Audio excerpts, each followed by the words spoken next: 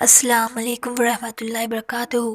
اس سے پہلے ہم نے دیکھا ہے مثنوی سحر البیان کا خلاصہ پارٹ 1، یہ ہے اس کا پارٹ 2۔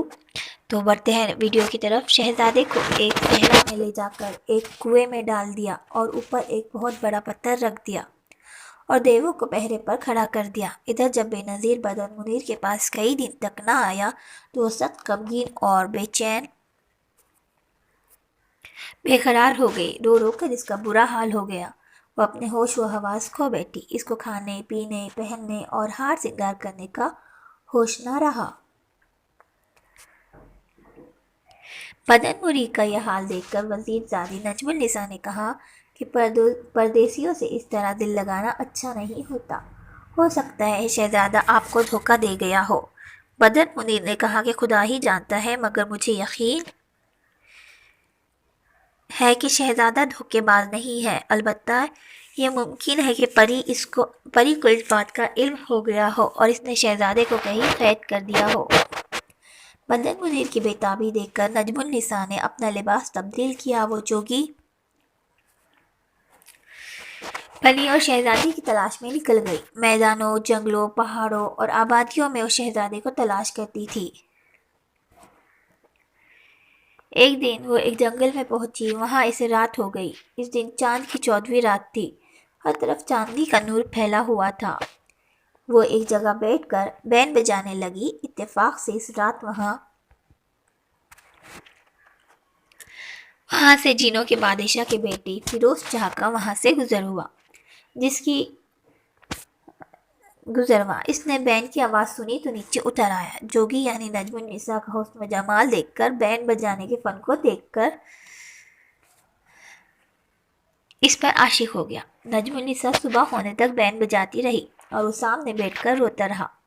جب صبح وہ بین بجانا بند کر کے اٹھ کر جانے لگی تو فیروز شاہ نے اسے اپنے تخت و تاج پر بٹھایا اور پرستان میں لے گیا۔ وہاں اسے رہنے کے لیے الگ مقام دیا۔ کسی نہ کسی کام کے بہانے وہ ہر روز جوگی نجم النساء کے پاس رہتا تھا اور اس سے بین سن سن کر روتا تھا۔ آخر عاجز ہو کر اس نے پری سے اپنے عشق کا حال بیان کیا۔ نجم النساء نے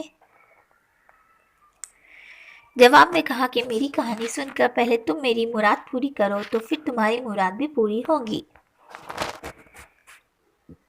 فیروز شاہ نے کہانی پوچھی۔ نجم النساء نے جواب دیا کہ شہر سراندیب کا بادشاہ مسعود شاہ ہے۔ اس کی ایک بیٹی ہے جو نہایت خوبصورت ہے اور جس کا نام بدر منیر ہے۔ وہ شہزادہ بے نظیر پر عاشق ہے، لیکن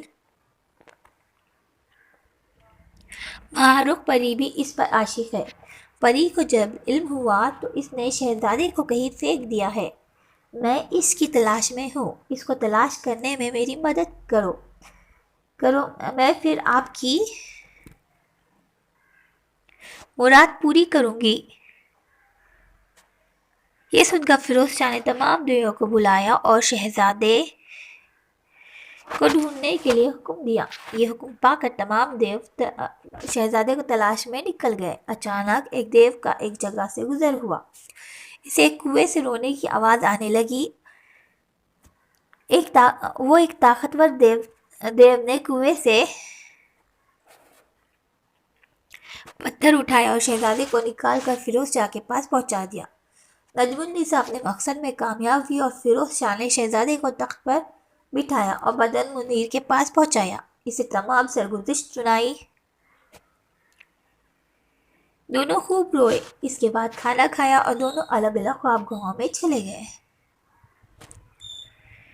اس طرح وہ چاروں بہت دیر تک عیش و عشرت کرتے رہے۔ آخر فیصلہ کیا کہ اس طرح چھپ کر رہنا اچھا نہیں، بہتر ہے کہ ہم اپنے والدین سے اپنے مقصد کا اظہار کریں، ہو سکتا ہے خدا ہماری مدد کرے اور ہم اپنے مقصد میں کامیاب ہو۔ یہ مشورہ کر کے بدر منیر اور نجم النساء اپنے والدین کے پاس چلی گئی۔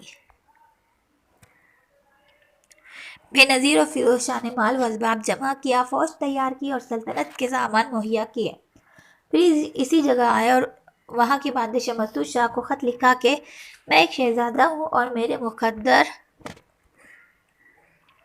مجھے یہاں لے آئے ہیں، آپ مجھے اپنی غلامی میں رکھ لیں۔ بادشاہ نے خط پڑھ کر متاثر ہوا اور رشتہ منظور کر لیا۔ شادی کی تاریخ مقرر ہوئی، ساز و سامان تیار کیا اور بڑی دھوم دھام سے بدر منیر اور بے نظیر کی شادی ہو گئی۔ دونوں خوشی سے رہنے لگے۔ اس کے بعد بے نظیر نجم النساء کے باپ کے پاس گیا اور فیروز شاہ کو اپنا بھائی جتا کر اس کے لیے رشتہ مانگا۔ وہ رضامند ہو گیا۔ شادی کی تاریخ مقرر ہوئی، مال و اسباب جمع کیا اور نجم النساء فیروز شاہ کی شادی بڑی دھوم دھام سے ہو گئی۔ اس کے بعد اخراجات لے کر دونوں پرستان میں چلے گئے۔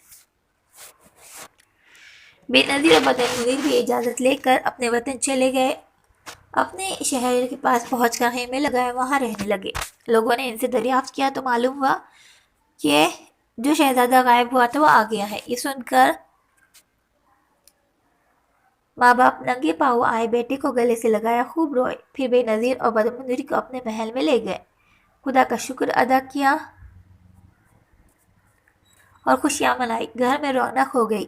ماں باپ کی خواہش تھی کہ بے نظیر کی شادی اپنے ہاتھوں سے کرے، اس لیے انہوں نے بے نظیر اور بدر منیر کی شادی دوبارہ کرائی اور خوشیاں منائی، خدا کا شکر ادا کیا۔ اس طرح بچھڑے ہوئے ملے اور اجڑا ہوا باغ خدا کے فضل سے پھر سے ہرا بھرا ہو گیا۔ تو یہ تھا مختصر سا خلاصہ مثنوی سحر البیان کا۔ امید ہے آپ کو پسند آیا ہوگا، تو پلیز لائک کیجیے، شیئر کیجیے اور سبسکرائب کیجیے۔ ملتے ہیں نیکسٹ ویڈیو میں، تب تک کے لیے اپنا خیال رکھیے۔ اللہ حافظ۔